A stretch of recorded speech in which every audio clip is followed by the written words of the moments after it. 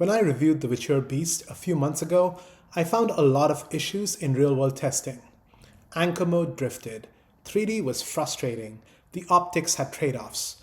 The whole thing felt more ambitious than polished. Then the comments came in. The new firmware fixed the drift. You need to retest it. They fixed it. Give it another shot. So I did. And I put it up against the XReal 1S, one of the other major 2026 XR glasses releases with comparable features. Today's question is simple. Did firmware fix the beast enough to beat the XReal 1S? And is it worth paying about $100 more for? The beast got better, but did it get better in ways that actually move the needle? The beast immediately feels like the more premium product. The frame, the finish, the overall first impression. Viture is trying to build the flagship product. The XReal 1S feels different. Simpler, lighter, more practical. Not as dramatic. There are cheaper alternatives like the Rainio Air 4 Pro, but these do not have the same kind of feature set as these two, and that becomes obvious as soon as you unbox them. The screen is where the beast makes its strongest case, and it is a genuine case. Indoors, the beast is the more immediately impressive display. Colors look richer, the image is punchier. It has more of that private theater feeling.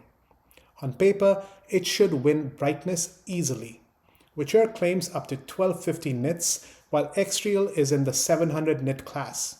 And indoors, that is exactly how it feels. But the display story is more nuanced than brighter equals better. The beast has a vivid, punchy tuning, almost like a TV in vivid mode.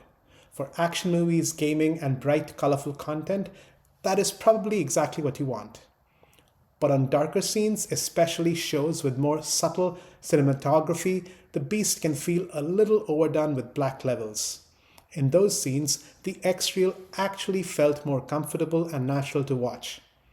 So which display looks better genuinely depends on what you are watching. Outdoors, the story flips completely. Despite the beast's brightness spec advantage, the XReal was easier for me to see.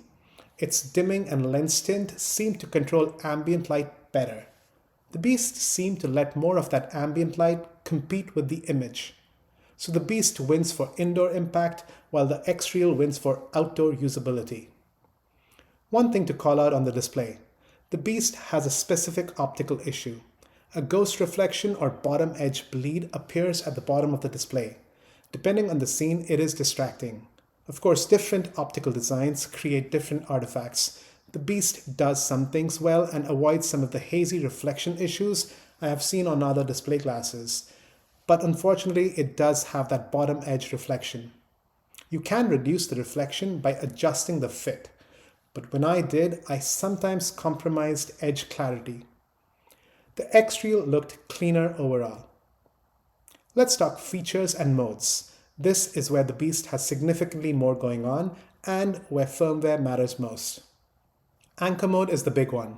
On the latest firmware for the beast, it is much better than before, close to fixed. But in my testing, it does still drift after watching something for a while. Not nearly as much, but it is still there.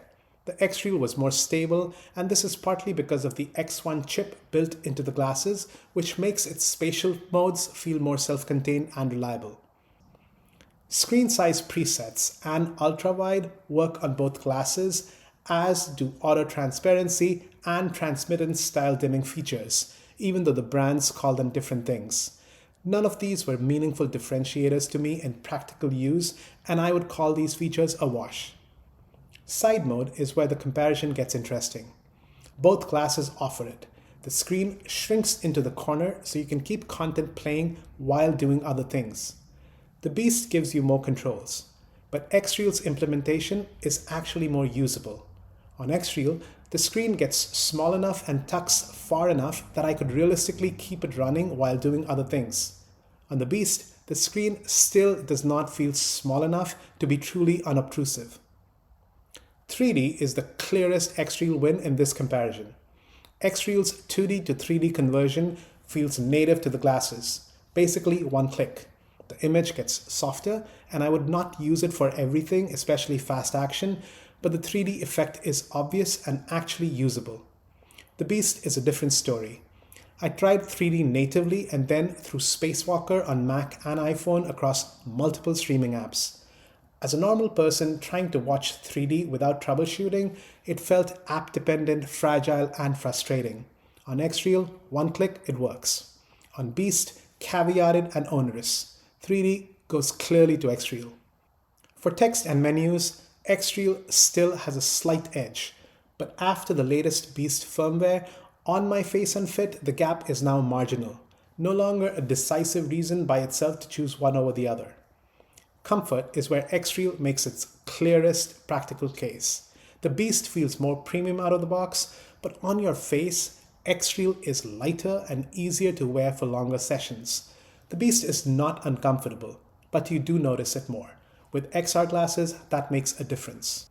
Both glasses heat up after extended use. In my testing, the Beast seemed to get warm faster, but I would not make heat a major deciding factor.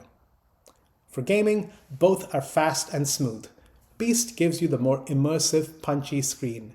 XReal gives the lighter, more stable setup, especially for handheld gaming.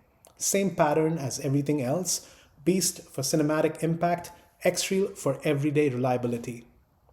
For audio, the Beast is clearly louder, but I would not call that a deciding factor either way. So what does the extra $100 actually buy you? It buys you the more cinematic indoor screen, better color pop, louder audio, more transmittance control, and a tighter follow mode. It buys you all of that, and that can be meaningful. And I completely get why some reviewers prefer the Beast, especially for movies, YouTube, or gaming on a big screen. And did the firmware improve the Beast? Absolutely. But did it turn ambition into polish and into a product I would choose over the XReal 1S? No, because the XReal is the one I kept enjoying more. It is lighter and more comfortable. It is also easier outdoors, cleaner optically, more stable in anchor mode, more usable in side mode, and dramatically simpler for 3D. I just found that the whole package holds up better day to day. So is the Viture Beast worth the extra $100 over the 1S? For me, the answer is I do not believe so. And by the way, if value is your primary concern, the Rainio Air 4 Pro at $299 is worth a look before committing to either of these. Thanks for joining me, and I'll see you on the next one.